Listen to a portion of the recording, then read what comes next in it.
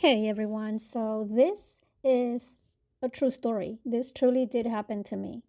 I was listing a property in Cape Coral, a condo, small community, maybe not even 12 condos. I called the HOA because when I have a listing that involves an HOA, there's no way I'm not going to call the HOA to get and to verify information, especially if there's no website, as it was in this case, and never heard back. And I also followed up with an email, CYA, cover your R's.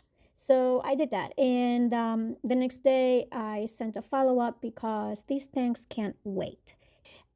This woman's response to my request for information, uh, I've I have never experienced anything like this before, ever, until I've been doing real estate 15 years up until that email from last year. I was just blown away because how do you blatantly lie? It's like, who do you report them to? No one. You can't report them. There's no oversight committee. It's not like she's going to get fired. Those people are appointed.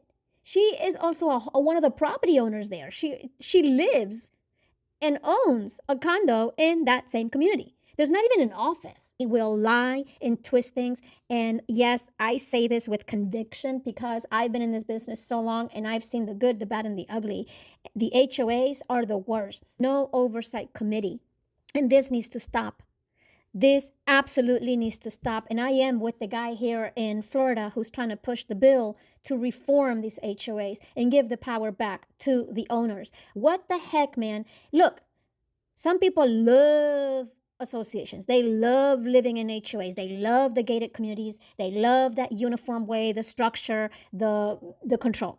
Needs to be an oversight committee. There needs to be reform. Something needs to happen because this is bullshit. $37,000 in fines, almost $13,000 and growing every day. Money. People in the Daniel Park neighborhood in Gwinnett County say their homeowners association is charging them. An approval to cut a tree down, and when I cut it down, I got a $500 fine that day. I dug through the subdivision's financials, and the year up until Halloween, the neighborhood had collected almost $200,000 in fines when they budgeted for $40,000 in revenue. There's been excessive fines to the point where our cash reserves have been built on the assessed fines, not on the dues that are paid yearly. Brian Cherry told me he's lived in the neighborhood for 21 years and paid nearly a fourth of that money after some back and forth about a door replacement and him facing foreclosure. Culminated this April when I get a knock from the sheriff and they were trying to take my home for $37,000. I shouldn't have to fear my HOA. And where I live. It's so uncomfortable. There is some contention in the neighborhood. We just want a transparent board. There's little to no regulation under current Georgia law. An HOA can file a lien on your home, actually in court for any amount owed, and can foreclose on your homes when that lien exceeds $2,000. Fines and fees for things like pond maintenance and replacing garage doors without HOA permission. They've asked for receipts and bank statements of where the money's going, but they've never received it. When they refuse to pay, the fees start to rack up. Court records show the HOA has placed liens on 5 homes for unpaid balances. 2 homeowners tell us they've paid fees just to avoid losing their homes. That left the previous president, Orton Reynolds, in charge. I'm with Atlanta News First Investigates. We are currently recording right now. We've received some concerns about the financials with the Homeowners Association. And we wanted to ask you if you're aware of the concerns in the community.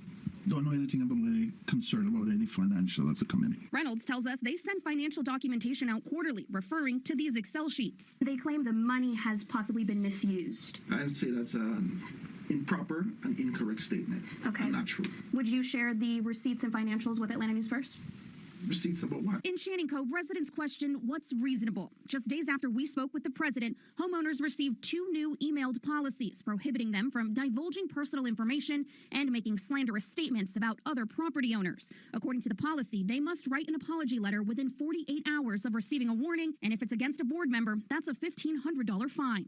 Feel humiliated about the whole thing, like I kind of got my head down because this is so embarrassing. She's the only homeowner to actually go to jail for failing to keep her yard up to her HOA standards. She represented herself preparing handwritten explanations that the HOA and judge rejected. Grass had to be brung up to par. He said, you can get siege, you can do something, but you got 30 days to get it corrected. I said, fine. You know, and he said, and if it's not done in 30 days, you're going to go to jail.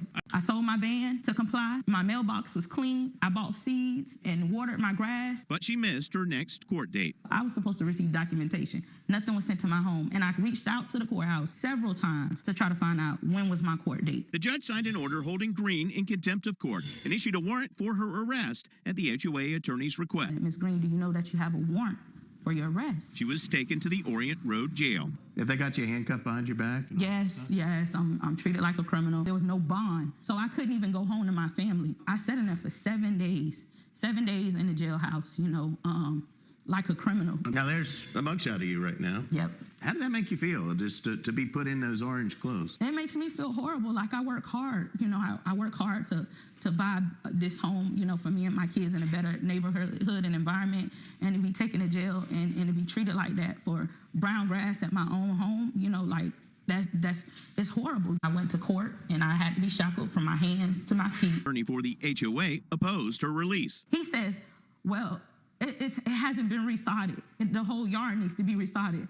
And she's like, not from those pictures that I see. She's like, no, I want her released immediately. So that you were going to sit in jail while they resodded your yard? He wanted me to continue to sit in jail and not come home to my family. Green was released on the judge's order. I'm Adam. I'm with ABC Action News. We caught up with Creekview HOA attorney Francis Frischia, the one who asked for the arrest warrant outside his office. Do you think that was kind of harsh to have her spend 7 days, I believe, in jail?